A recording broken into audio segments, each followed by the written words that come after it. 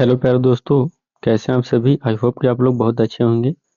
प्यारे दोस्तों, आज की जीके जीएस क्लास में मैं आप सभी के लिए बहुत ही महत्वपूर्ण क्वेश्चन जीके जीएस का कराने वाला हूं, जो कि बायोलॉजी से संबंधित। जी हाँ दोस्तों, बायो से संबंधित मैं आप सभी के लिए टॉप 30 क्वेश्चन आज की इस वीडियो में कराने वाला हूँ।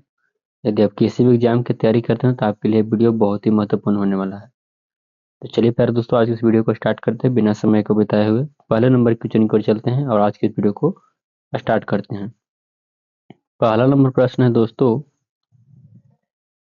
किसी छोटे भाग या टुकड़ों के संपूर्ण शरीर के निर्माण को क्या कहा जाता है। जी हाँ दोस्तों, किसी छोटे भाग या टुकड़े के संपूर्ण शरीर के निर्माण को क्या कहते हैं, तो उसको कहा जाता है दोस्तों मोर्फोलैसिस। ऑप्शन ए आपका राइट आंसर हो जाएंगे। अगले प्रश्न को देखेंगे हम लोग। दूसरा नंबर प्रश्न आप लोग के सामने है, द्विनिषेचन किसमें पाया जाता है। जी हाँ दोस्तों, द्विनिषेचन किसमें पाया जाता है, तो याद रखिएगा प्यारे दोस्तों, आवृत बीजी में।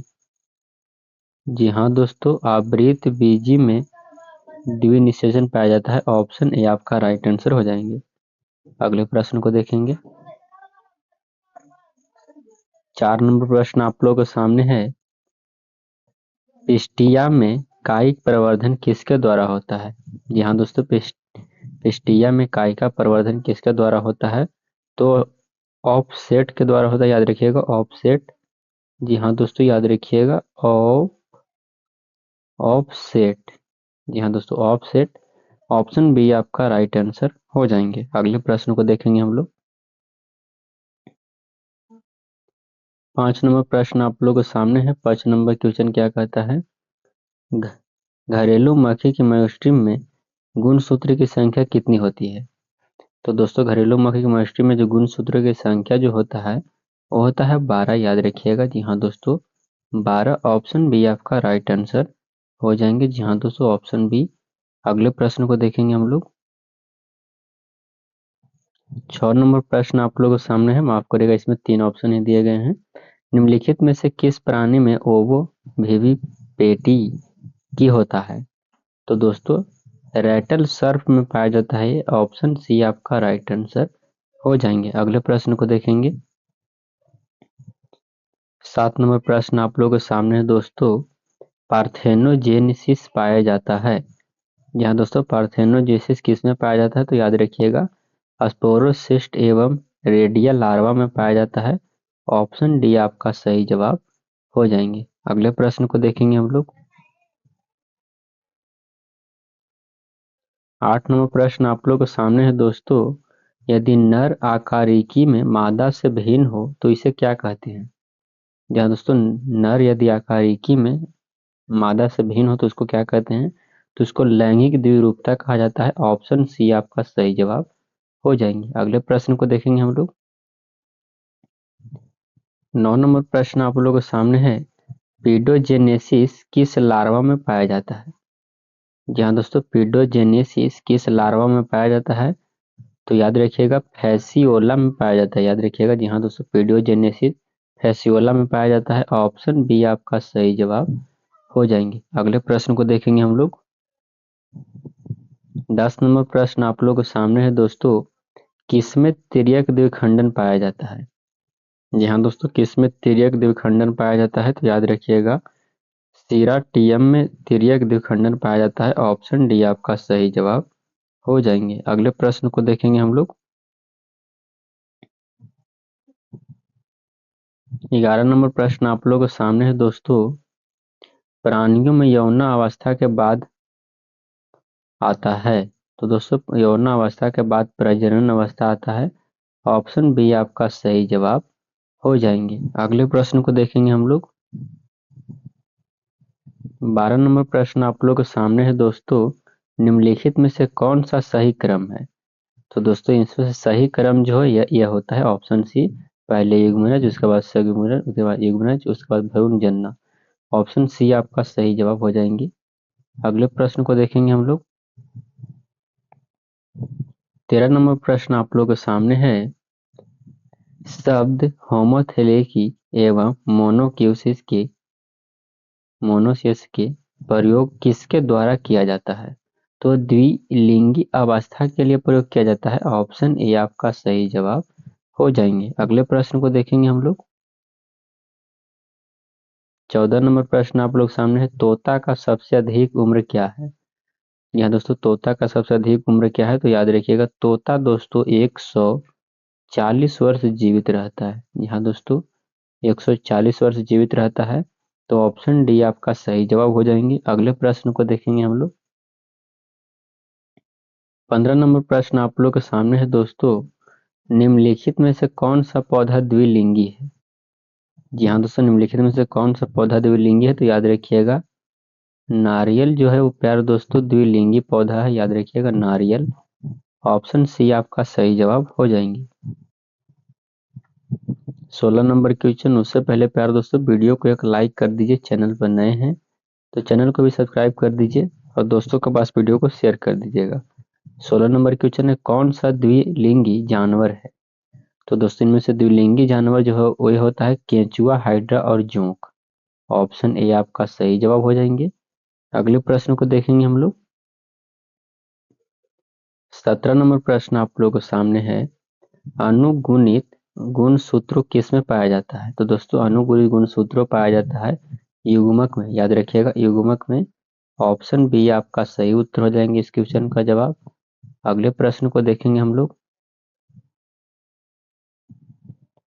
18 नंबर प्रश्न आप लोगों के सामने है दोस्तों, किसी आवृतबीजी में कितने युग्मक परागनलिका में होते हैं? परागनलिका में होते हैं तो दोस्तों वो होता है 2। याद रखिएगा 2 गो होता है। तो ऑप्शन बी इस क्वेश्चन का सही उत्तर हो जाएगा। अगले प्रश्न को देखेंगे हम लोग। 19 नंबर प्रश्न आप लोगों के सामने है, किस अवस्था में शब्द डायगोसस का उपयोग किया करते हैं? तो दोस्तों एक लिंगी अवस्था में शब्द जो है डायगोसिस का प्रयोग किया जाता है। ऑप्शन बी आपका सही उत्तर हो जाएंगे। अगले प्रश्न को देखेंगे। 20 नंबर प्रश्न आप लोगों के सामने है प्यारे दोस्तों, बांस जाति में पुष्पन होता है। जहाँ दोस्तों बांस जाति में पुष्पन कब होता है दोस्तों? 50 से 100 वर्ष में 2 बार होता है। ऑप्शन डी आपका राइट आंसर हो जाएंगे। अगले प्रश्न को देखेंगे बच्चों। 21 नंबर क्वेश्चन आप लोग के सामने है दोस्तों, ड्रोसोफिला के मियोक्सिटी में गुणसूत्रों की संख्या कितना होता है? ड्रोसोफिला में कितने गुणसूत्र होते हैं? तो ड्रोसोफिला में 8 गुणसूत्र है। याद रखिएगा 8 गुणसूत्र होते हैं। अगले प्रश्न को देखेंगे हम लोग। 22 नंबर प्रश्न आप लोग के सामने है दोस्तों। 22 नंबर क्वेश्चन क्या कहता है, घड़ियाल एवं फ्लाई का जीवन काल होता है क्रमशः। तो दोस्तों घड़ियाल का जो जीवन काल होता है वो 60 वर्ष होता है और फ्लाई का 1 दिन होता है। ऑप्शन डी आपका राइट आंसर हो जाएंगे। अगले क्वेश्चन को देखेंगे। 23 नंबर क्वेश्चन आप लोगों के सामने है, नोड्स को आंख कहते हैं तो निम्नलिखित में से किसमें नया पौधा बनता है? तो नया पौधा आलू में बनता है। याद रखिएगा यहाँ दोस्तों आलू में। ऑप्शन डी आपका सही उत्तर हो जाएंगे। अगले प्रश्न को देखेंगे। 24 नंबर प्रश्न आप लोगों के सामने है दोस्तों, गतिशील सिलिया युक्त बीजाणु को क्या कहा जाता है? तो दोस्तों गतिशील सिलिया युक्त बीजाणु को जूस्पोर्स कहते हैं। ऑप्शन सी आपका राइट आंसर हो जाएंगे। अगले प्रश्न को देखेंगे हम लोग। 25 नंबर प्रश्न आप लोगों के सामने है, यदि 2 युग्मक देखने में समान लगे तो क्या कह सकते हैं उसको? तो उसको आइसोगेटिज गैमिट्स कहा जाता है। ऑप्शन ए आपका सही उत्तर हो जाएंगे प्यारे दोस्तों। अगले प्रश्न को देखेंगे हम लोग। 24 नंबर प्रश्न आप लोगों के सामने है, मानव के अर्धसूत्री विभाजन कोशिका में गुणसूत्रों की संख्या कितना होता है? तो 46 होता है। याद रखिएगा 46। अगले प्रश्न को देखेंगे। 27 नंबर प्रश्न आप लोग सामने है, कोई भी प्राणी एक अफवाह को छोड़कर अमर नहीं है। तो एक कोश के जीव को छोड़कर कोई भी अमर नहीं है। एक कोश के जीव हमेशा अमर होते हैं, कभी नहीं मरते। तो ऑप्शन ए आपका सही उत्तर हो जाएंगे। अगले प्रश्न को देखेंगे हम लोग। 28 नंबर प्रश्न आप लोग के सामने है दोस्तों। 28 नंबर क्वेश्चन क्या कहता है, संतान जो लगभग एक दूसरे के आइडेंटिकल हो, साथ ही उनके पेरेंट के भी आइडेंटिकल हो, उसको क्या कहते हैं? तो दोस्तों क्लोन कहलाता है, याद रखिएगा, उसको कहा जाता है क्लोन। ऑप्शन डी आपका सही जवाब हो जाएंगे। अगले प्रश्न को देखेंगे हम लोग। 29 नंबर प्रश्न आप लोगों के सामने है, गैमेट के निर्माण को क्या कहा जाता है? तो गैमेट के निर्माण को कहा जाता है गैमेटोजेनेसिस। ऑप्शन ए आपका सही उत्तर हो जाएंगे। अगले प्रश्न को देखेंगे बच्चों। 30 नंबर प्रश्न आप लोगों के सामने है, निम्न में से कौन उभयलिंगाश्री पादप नहीं है? तो उभयलिंगाश्री पादप जो है पपीता नहीं है, याद रखिएगा। इसका सही उत्तर हो जाएंगे पपीता। तो प्यारे दोस्तों, मैंने आप सभी को टॉप 30 क्वेश्चन कराए। जी हाँ दोस्तों, माफ करिएगा, टॉप 30 क्वेश्चन कराए। वीडियो कैसा लगा कमेंट करके जरूर बताइएगा प्यारे दोस्तों। वीडियो को लाइक कर दीजिए, चैनल पर नए हैं तो चैनल को सब्सक्राइब कर दीजिए। प्यारे दोस्तों, यदि आप इस वीडियो का पीडीएफ लेना चाहते हैं तो डिस्क्रिप्शन में टेलीग्राम का लिंक दिया है, उसको ज्वाइन कर लीजिए, आपको फ्री में सारा का सारा पीडीएफ मिलेगा। वीडियो को शेयर कर दीजिए। चलिए मिलते हैं अगली वीडियो में, तब तक के लिए जय हिंद प्यारे साथियों।